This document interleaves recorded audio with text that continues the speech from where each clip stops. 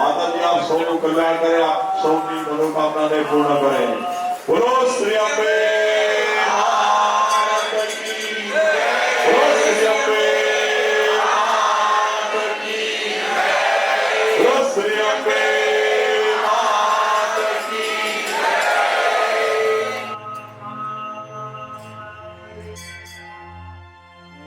आसो नवरात्रि के अंदर में आप जो कुछ भी भक्ति भाव से आप करते हैं वह माता जी खूब ही प्रसन्नचित होकर आपको वरदान देती है। जैसे हमारे अंबिका निकेतन की जो देवी है वो सात्विक है, ये माँ सरस्वती का रूप है। महाकाली, महालक्ष्मी, महासरस्वती, ये 3 देवी मुख्य गिनी गई हैं देवियों में। भारती मैया ने 20 साल तक अन्न नहीं खाया था और केवल नीम के रस पे रही थी। नीम का रस पी के उन्होंने माता जी की आराधना की। महासरस्वती उनको रोज सपने में दर्शन दे के कहती थी कि तुम मेरा यहाँ मंदिर बनाओ। जो पारसी बाबा थे वो बहुत अकड़ू थे, वो किसी की मानते नहीं थे और भारती मैया को वो पहचानते भी थे। आप यदि पवित्रता से करेंगे तो अब आपको आगे भी प्रगतिशील मिलेगा, आपके संतान भी अच्छे होंगे। यदि आप अपवित्र से करेंगे आपका पूरा कुल का ही धीरे धीरे समाप्त हो जाएगा। जो कन्या का विवाह नहीं हो रहा हो वह कात्यायनी का भगवान माता जी का पूजन करें। कात्यायनी का पूजन करने से उसका विवाह होगा।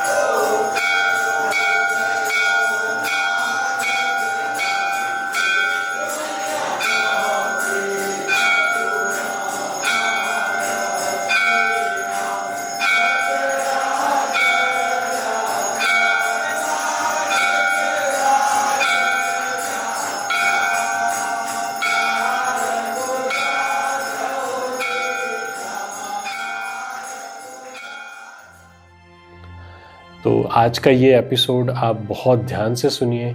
अगर किसी की शादी नहीं हो रही है तो उसके बारे में कुछ मंत्र बताया है। अगर किसी को धन प्राप्ति करना है तो उसके बारे में बताया है। इस पॉडकास्ट के अंत में उन्होंने एक ऐसी बात बताई जो प्रश्न मैंने उनको अंत में किया तो उस चीज़ का रिविलेशन हुआ।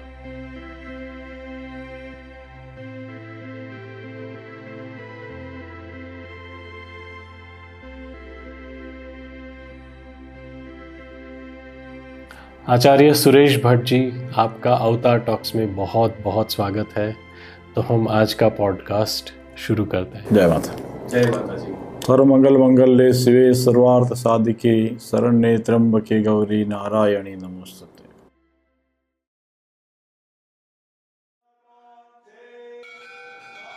जो माता जी की जो आरती है वो इतनी पवित्र है, उस आरती के अंदर में एक एक वर्णन माता जी का उन्होंने करके रखा है।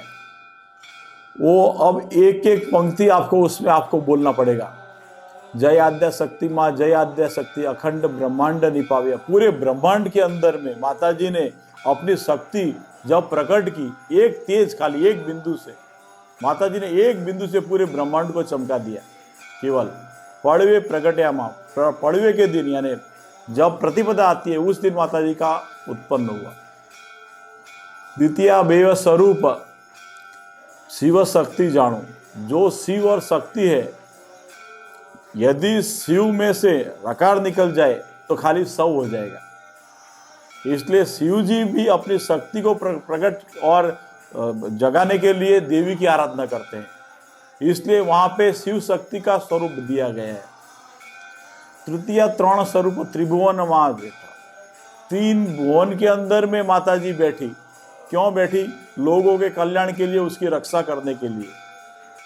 ये पूरी आरती के अंदर में पूरी माता जी का और देवों का महात्म्य बताया गया है, इतनी सुंदरता से बताया गया है।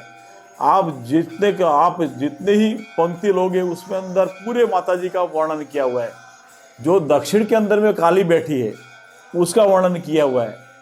माता जी को बोलते हैं दक्षिण में बैठी है, बैठी नहीं थी, दक्षिण में राक्षसों का वध करने के लिए माता जी आई। लोग बोलते हैं दक्षिण में तो माता जी बैठी है, हम क्यों नहीं बिठा सकते? ऐसा नहीं है। दक्षिण में राक्षस रहते थे, राक्षसों का वध करने के लिए माता जी कलकत्ता में बैठी।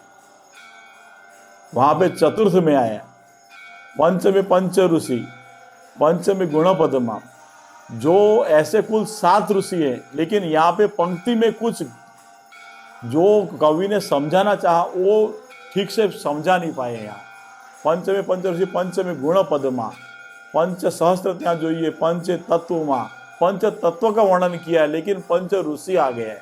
यहाँ पे पंच तत्व उन्होंने कहा गया है, लेकिन ऋषि का आ गया है। षष्ठी तु नारायणी, जो इसमें नारायणी का रूप है, लेकिन लोग क्या बोलते हैं? षष्ठी तु नारायण, नारायण नहीं है, नारायणी है। कई लोग नारायण बोलते हैं। यहाँ पे नारायण मधुकैटभ को मारने के लिए माता जी ने जन्म लिया था। अब यहाँ पे सप्तमी है, सप्तमी के अंदर भी 7 ऋषि का वर्णन आना चाहिए इसमें। सप्तमी सप्त पाताल, कुल कितने हैं इसके अंदर में? 7 है। बुहु भुवा स्वह मह जना तप सत्यम, कुल 7 लोग हैं। 7 लोग के अंदर में देवी का वर्णन किया हुआ है इसमें। अष्टमी अष्टभुजा, माता जी के कुल ऐसे देखने जाए तो 8 भुजा है, ये भी 8 भुजा वाली है। आप कहीं भी मंदिर में देखेंगे तो 4 भुजा मिलेगी, लेकिन ये 8 भुजा वाली है। क्यों? क्योंकि ये त्रिदेवी में इसका रूप है। यह जो देवी है ये त्रिदेवी है। त्रिदेवी के अंदर माँ सरस्वती जो है वो ये है, इसलिए अष्टमी अष्टभुजा आई आनंद माँ, जो 8 भुजा है वो 8 भुजाओं से अपने हर एक मन के अंदर कायिक वाचिक मानसिक ये जितने भी आपके रिपु हैं, 6 रिपु, वो रिपु को नाश करने के लिए माता जी के 8 भुजाओं का वर्णन किया है। 9 में नवकुल नाग, सेवे नव दुर्गा, जो 9 कुल की नाग है वह भी इनकी आराधना करते हैं। क्यों? उनका भी वंश बढ़े, उनका भी उत्पत्ति अच्छी हो, एवं वह भी माता जी की अर्चना करें। सेवे नव दुर्गा, वह भी माता जी की अर्चना करते हैं। 10 में 10 अवतार, वहाँ राम जी का वर्णन आ गया। राम जी ने भी जब रावण को मारने के लिए वो किया, लेकिन उनकी शक्ति अधूरी हो गई, तब उन्होंने भी माता जी की आराधना की। जब आराधना की तब जाके माता जी की शक्ति उन्हें प्रदान हुई, और उस शक्ति ने विभीषण के मुख से निकाला कि हे प्रभु आप उनके नाभि में मारो। तब तक उन्होंने पहले ही बता देते, लेकिन नहीं बता पाया। जब माता जी की आराधना की, आराधना करने पे माता जी ने उनके मुख से ये वाक्य निकलवाया। नहीं तो विभीषण तो पहले से ही जानता था कि मेरे भाई के नाभि के अंदर में अमृत का घड़ा है, इसके अंदर में यदि वो फूट जाएगा तो ही मरेगा, लेकिन वो पहले नहीं बता पाया। लेकिन जब भगवान ने माता जी की अर्चना की, माता जी का आशीर्वाद लिया, तब जाके उसके मुख से निकला ये वाक्य। इसलिए राम भगवान ने भी भगवती की पूजा की, तब जाके वो युद्ध जीते, तब जाके भगवान ने नाभि में मारा और माता जी के आशीर्वाद से रावण का वध हुआ। नहीं तो रावण को मारना असंभव था, रावण अमर था, उसको कोई मार नहीं सकता था। लेकिन माता जी की आराधना की, माता जी की आराधना से, माता जी के वचन से और माता जी के आशीर्वाद से भगवान जीत गए।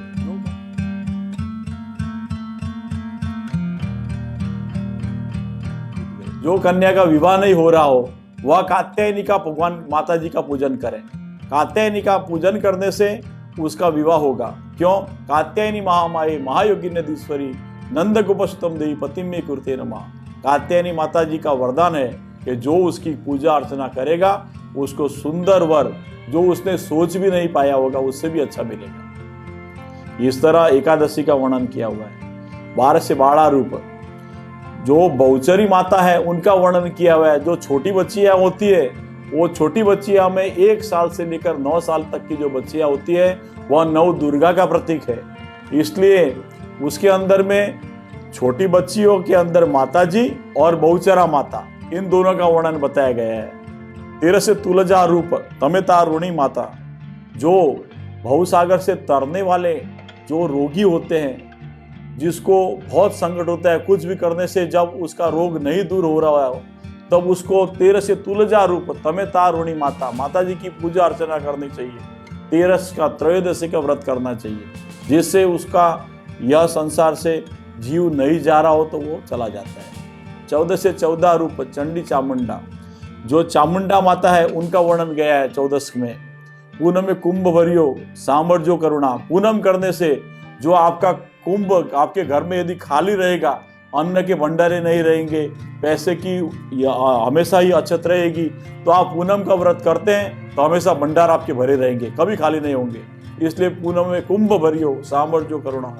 हे माँ, मैं आपके दरबार में पूनम के दिन में यह जो कलश भर रही हूँ, पूनम का व्रत बताया गया है।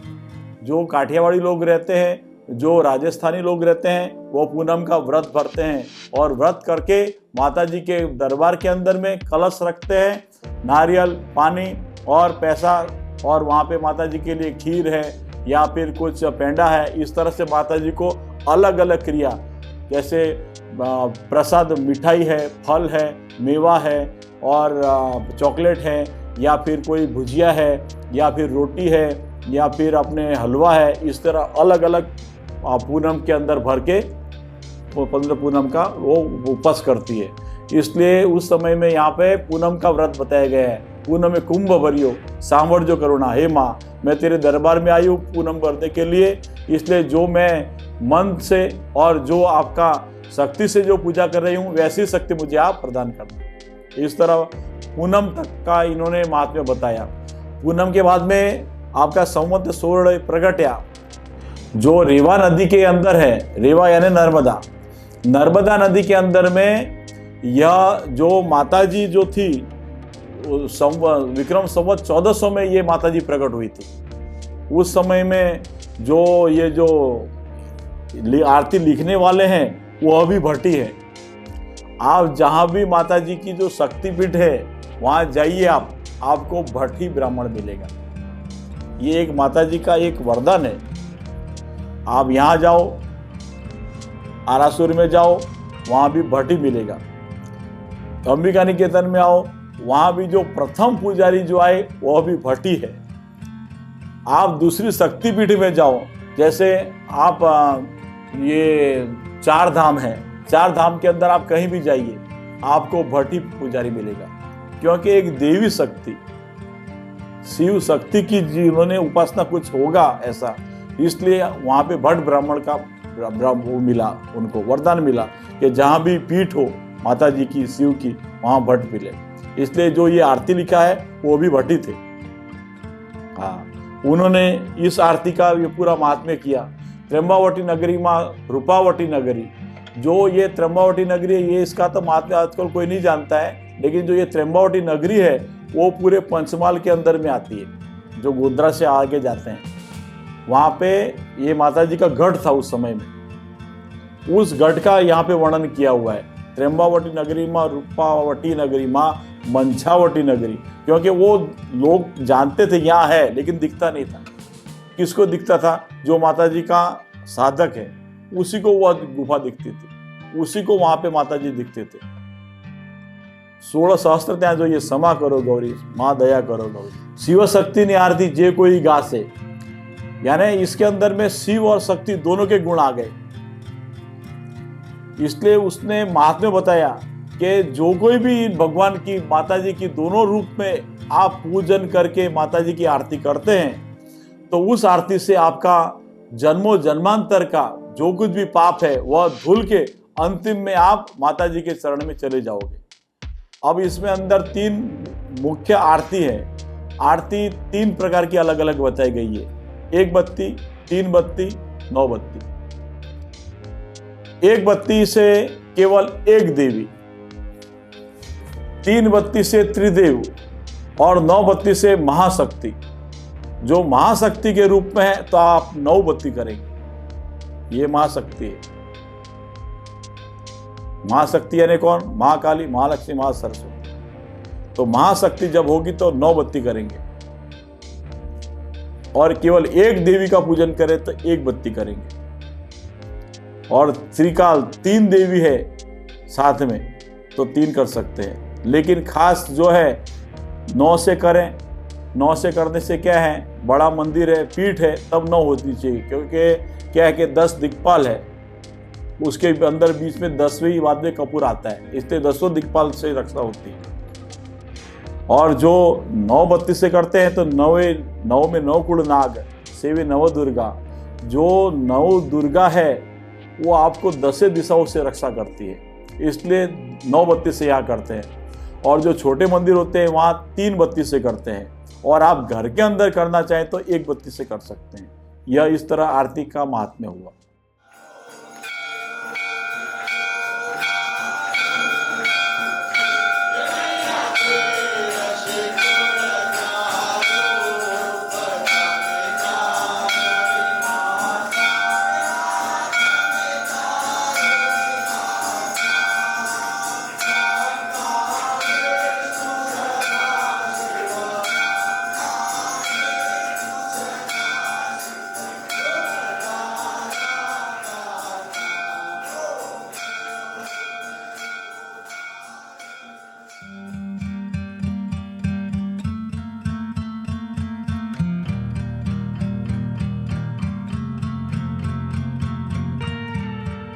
जो दरिद्र होता है तो दरिद्र होने के पीछे 3 कारण रहते हैं। एक पूर्व जन्म का पाप, एक दूसरे का धन लिया हुआ पाप, और एक दूसरा श्रापित पाप। यह जब आदमी में होता है तो वो कुछ भी करे लेकिन होता नहीं है। उसके पीछे दूसरा भी कारण है, एक आलस, एक उसकी कुछ खराब आदत, जैसे कि दारू पीना या किसी से उधार लेना। यह सब क्यों? क्योंकि पूर्व जन्म के पाप के कारण होता है। इसलिए यह सब, यदि आप दरिद्र से छूटना चाहते हो तो पहले ब्रह्म मुहूर्त में उठें। आप जब ब्रह्म मुहूर्त में उठेंगे तो आपका मन स्थिर रहेगा, मन चंचल नहीं रहेगा। और ब्रह्म मुहूर्त में उठ के स्नान वगैरह करके देवी के पहले एक दीपक जलाएं। उस स्थान पे पवित्रता से साफ सफाई करके एक दीपक जलाएं। दीपक जला के माता जी का जिस स्वरूप का आप पूजन करने चाहते हो, लक्ष्मी की आपको जरूरत है, और महालक्ष्मी का ध्यान करें। क्योंकि महालक्ष्मी का जो समय, ये महाकाली, महालक्ष्मी, महासरस्वती, महाकाली का होता है 12 से लेकर 2, लक्ष्मी का समय है ब्रह्म मुहूर्त में 3 से लेकर 5, और सरस्वती का जो है वो 5 से लेकर 7।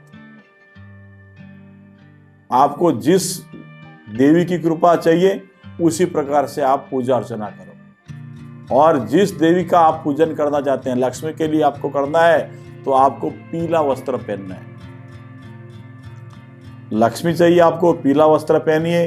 पीला वस्त्र पहले उसमें कोई छेद नहीं होना चाहिए, जला हुआ नहीं होना चाहिए, नहीं कटा होना चाहिए।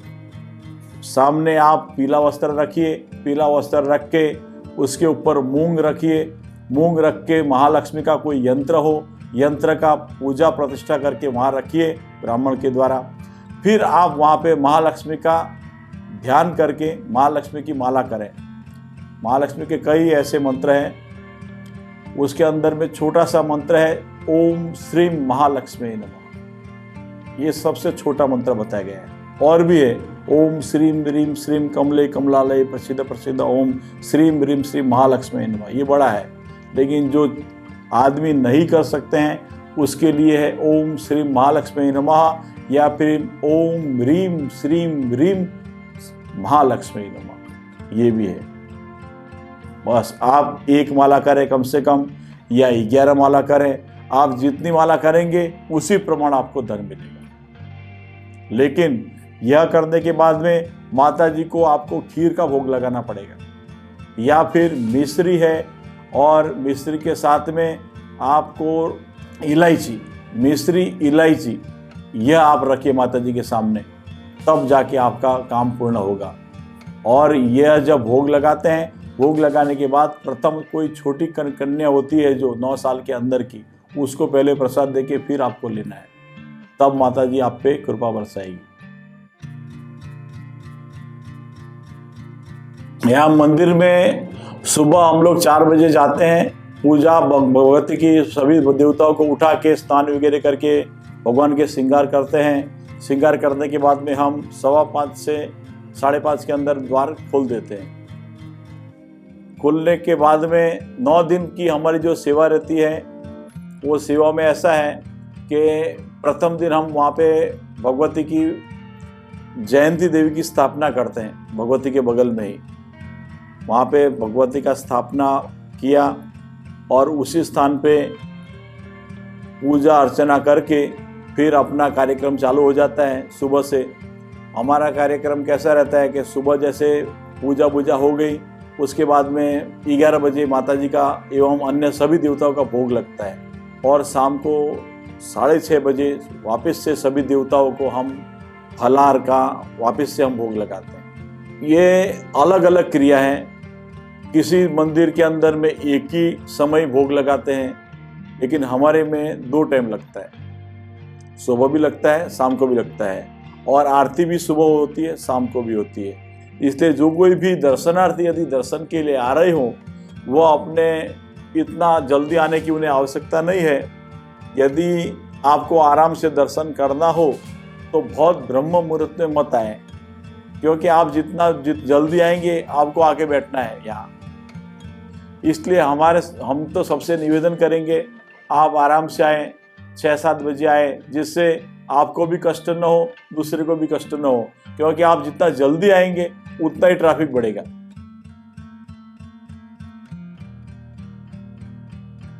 मेरा अनुभव ऐसा है कि माता जी की कोई ऐसी मुझ पे कृपा हुई होगी।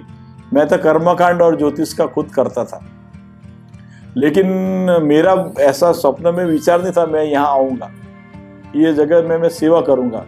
लेकिन जो भारती मैया थी, वो भारती मैया हमारे पिताजी को बोल के गई थी कि मेरे ये पुजारी के बाद इसका ये लड़का नहीं, उसका लड़का लड़का लड़का लड़का भी रहेगा, 7 पीढ़ी तक रहेगी यहाँ। ऐसा भारती मैया वचन बोल गई थी।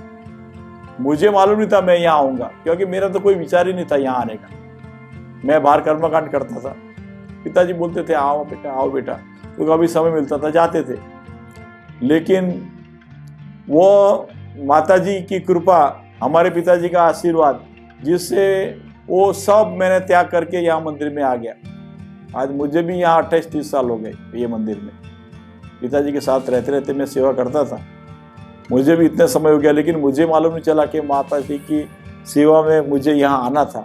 वो भगवती की एक ऐसी असीम कृपा थी जिससे मैं यहाँ पे आया और माता जी की सेवा कर रहे हैं। जब मैं छोटा था तब हमारे में यहाँ क्या है, धर्मशाला के अंदर में नए साल के अंदर में रात को 2 बजे उठते थे हम लोग, क्योंकि उस समय में आज से 40-45 साल पहले की बात कर रहा हूँ। नए साल के अंदर में 3 बजे आरती होती थी मंदिर में, 3 बजे नए साल में आरती होती थी उस समय। इसलिए हम लोग रात को 2 बजे उठते थे। 2 बजे उठ के नहा धो के मंदिर में दर्शन के लिए पहले जाते थे। लेकिन उस समय क्या था कि ये जो अभी बड़ा पार्किंग बना हुआ है, वो इतना केवल खाली पार्किंग था, ऊपर पत्रे नहीं थे। तो हम लोग उस समय में ऐसे नीचे से ध्वजा के दर्शन करते थे। तो मुझे उस समय माता जी प्रत्यक्ष ध्वजा के ऊपर दिखती थी। जब तो मैं बहुत छोटा था, उस समय मुझे कुछ मालूम नहीं था, लेकिन उस समय से मुझे दिखती थी ध्वजा। अभी भी मैं कई बार ऐसा होता है, मेरा कई काम रुक गया होता है, माता जी की मैं ऐसे विचार ध्यान से देखता रहता हूँ, तो माता जी ऐसे सामने ऐसे हंस के कुछ बोल रही हो। अभी भी मुझे ऐसा लगता है, कई बार मुझे ऐसा अनुभव हुआ। आज से मैं 15 साल पहले की बात करता हूँ, मेरा खुद का अनुभव।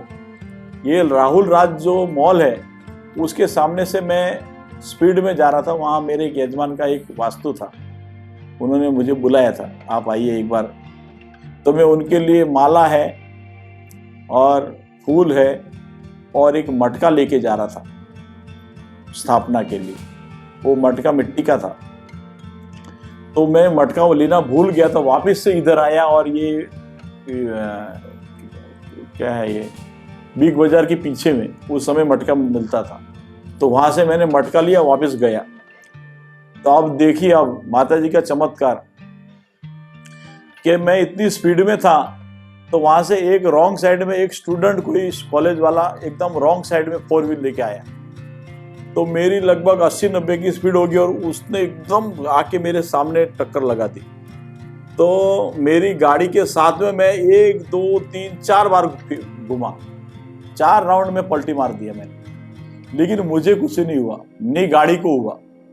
लेकिन उसके अंदर जो मटका था, वो मटका का आपको एक इतना टुकड़ा भी नहीं, खाली मिट्टी मिट्टी हो गई। मटका पूरा मिट्टी मिट्टी हो गया, आपको एक टुकड़ा भी नहीं मिला मटके का। कि मटका फूट गया तो उसका मिट्टी का इतना बड़ा साबुत होना चाहिए, वो बिल्कुल नहीं, मटका पूरा एकदम मिट्टी मिट्टी।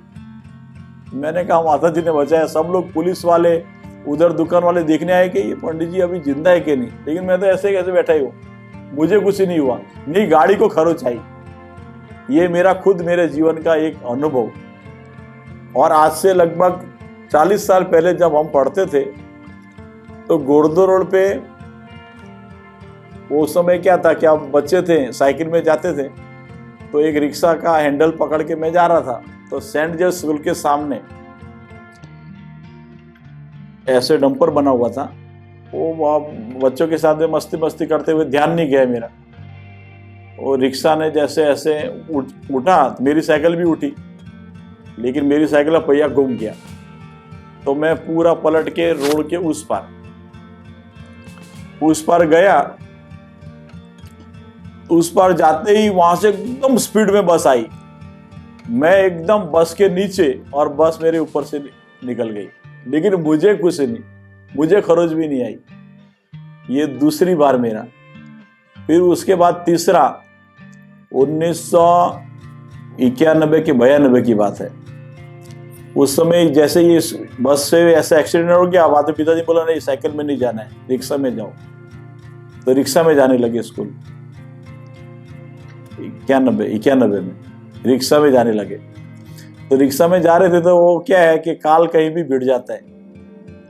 तो लाल बंगला के पास में एक पुलिस वाले हैं, उनके लड़के थे, वो हमारे पिताजी के मित्र ही थे।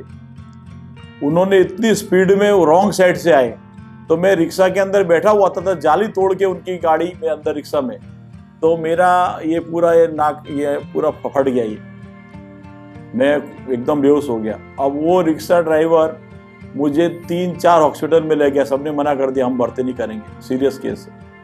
फिर अंतिम में मैसूरिया हॉस्पिटल में ले गए, नानपुरा में। वो डॉक्टर तो मुझे देख के ही पहचान गया, ये तो पंडित जी के लड़के। उन्होंने ले लिया। 5 दिन तक कोमा में रहा। 5 दिन तक किसी ने आशा भी नहीं की थी मैं बचूंगा, लेकिन माता जी की सेवा लिखी थी मेरे नसीब में, मैं बच गया। जीवन में 3 बार इस तरह में बचा, मुझे कुछ नहीं हुआ। वो सबसे भयंकर मेरा एक्सीडेंट तब का था। 5 दिन तक कोमा में रहा था मैं। मुझे तो क्या मालूम, परिवार वाले ही नहीं सोचते थे कि ये बच जाएगा। ऐसे मेरी माता जी की असीम कृपा थी, इसलिए मेरा आज मैं सेवा कर रहा हूँ। ये मेरे जीवन का एक प्रत्यक्ष माता जी का आशीर्वाद है। मुझे कुछ याद नहीं है। वो तो 5 दिन बाद जब मुझे होश आया, तब बताया कि तुझे आज 5 दिन में होश आया है। मुझे तो कुछ मालूम ही नहीं था, मैं तो कुछ जानता ही नहीं था, कुछ नहीं। सब लोग रोते थे, क्या है कैसा है, किसी को आशा ही नहीं थी। लेकिन माता जी ने दिव्य तेज दिया, बच गया।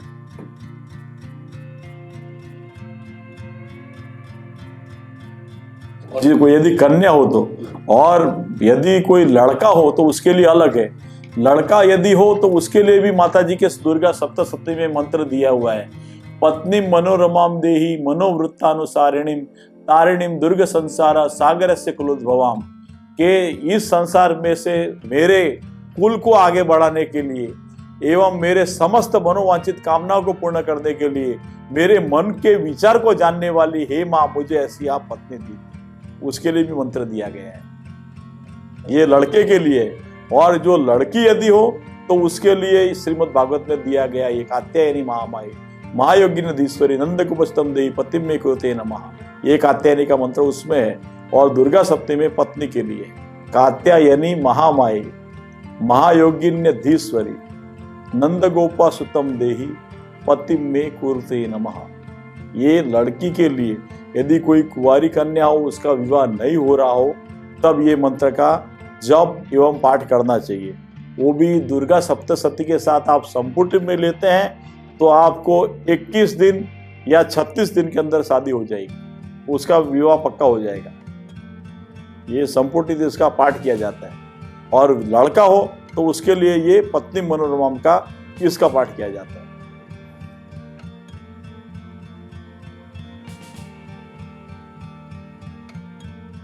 जय माता दी।